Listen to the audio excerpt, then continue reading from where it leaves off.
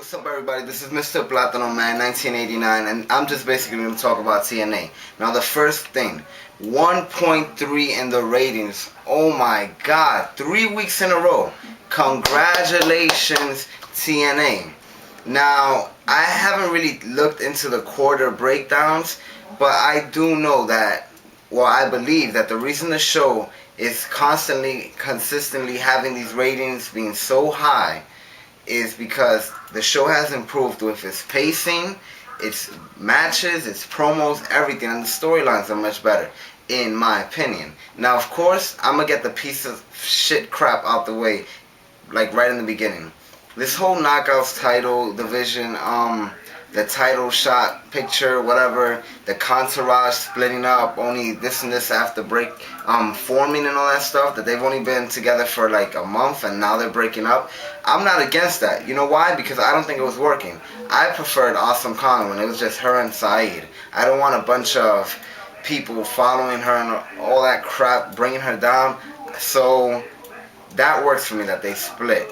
Now, Sojo versus Awesome Khan, I'm not really looking forward to this match at all for Destination X. So that's been very weak. Now, Angelina Love and Velvet Sky, the beautiful people, have been beautiful. As for Madison Rayne coming into their group and making a three-person beautiful, I honestly do not want it because I think they're a trio right there, including Kip.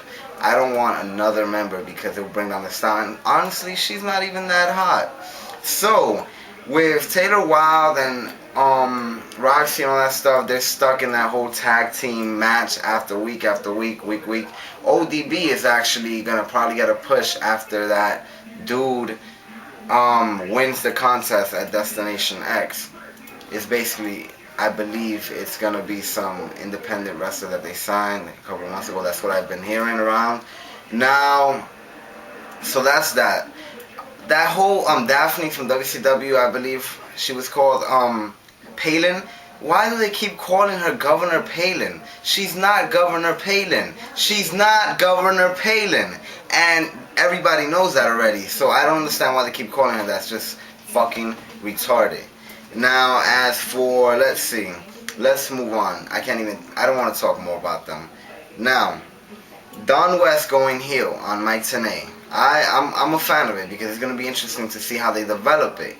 Now, I used to prefer TNA's commentating because it was fresh and new compared to WWE, where they're always, not bittering all the time. It hasn't been like that recently so much, but in the last few years, you always have the bully, like Taz, and then the geek, like Michael Cole. The bully, Jerry, then the geek, like Jim Ross, and so forth, and it will continue. But it's not really like that anymore, WWE. Anyways, so in TNA, I always like that they have a mutual respect for each other. They don't bitter talk, blah, blah, blah, blah. But I'm actually liking the way that it is now. Of course, it does need some help. Don West, I think he's over-exaggerating. He's like, oh, AJ Styles is stupid. Like, he's really, really heel. Instead of just being slightly open to the heels, he's like putting on the faces like a lot. And that's good. But I think it's not really there so far. Maybe they're gonna see the tapings, the episodes, and it's gonna get better. And I believe one day Don West could really be a much better commentator as the negative color commentary. And Mike Tenay has been doing great for the main events, commentating by himself these last 2 weeks. Now let's move on to Beer Money in the tag team picture. Beer Money, I fucking love them. They've been so great, and the fans are actually into them.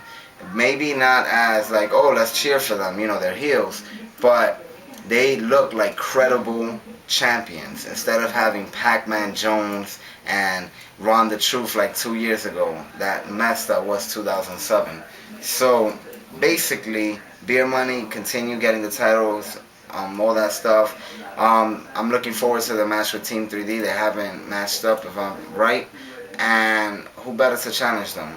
They've been having great matches week after week, and if you look at the segments that people have liked the most, that you can vote on TNAWrestling.com after every Impact, people have been liking the Off the Wagon. So there you go. As for the TNA releases, a lot of people have been messaging me about this because they think TNA is crazy. As for Petey Williams, you know what? I accept that he's gone.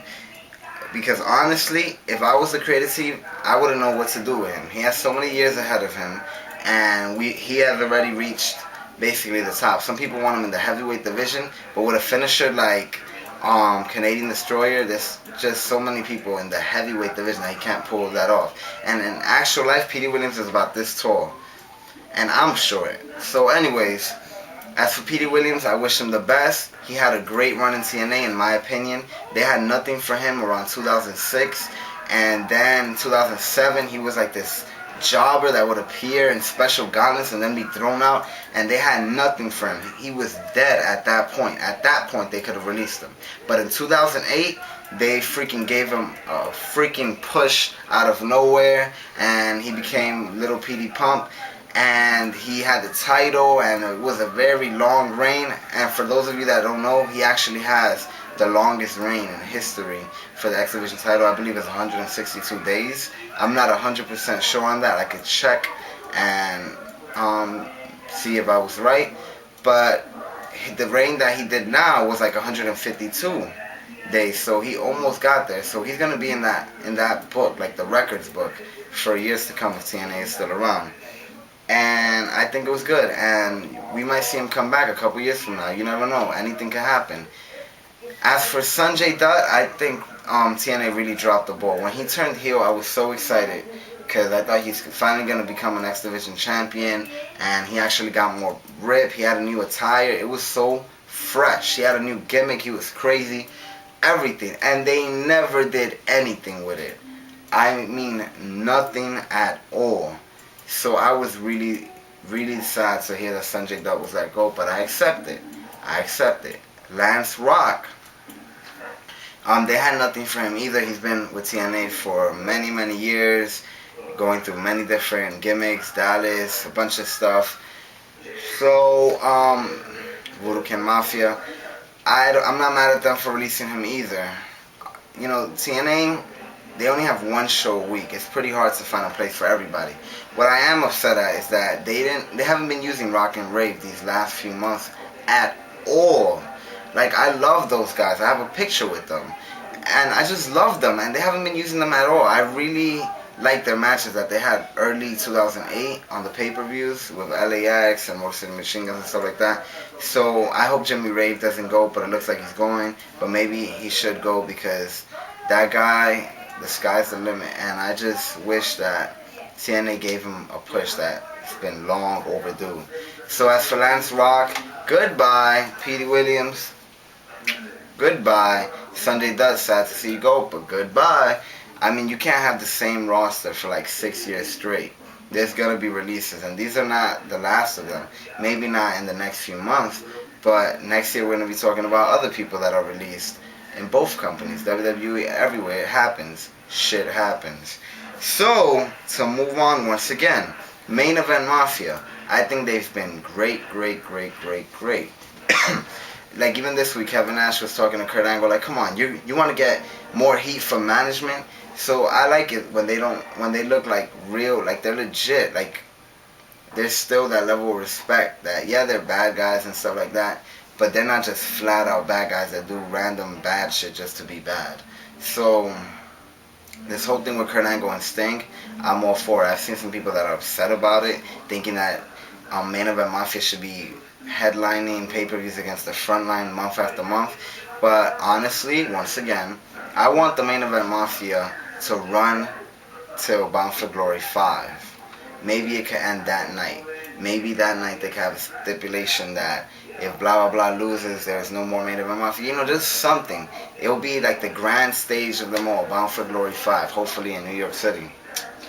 But the problem is, how can they drag it out for so many months?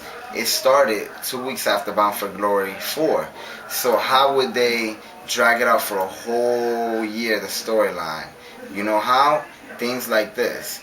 Making, like Samoa Joe going after Scott Steiner. He's going to want to take Scott Steiner out and then move on to the other members. This gives some sort of development, building up to something, and it could carry the angle much longer than it looked like it could have been carried in the beginning.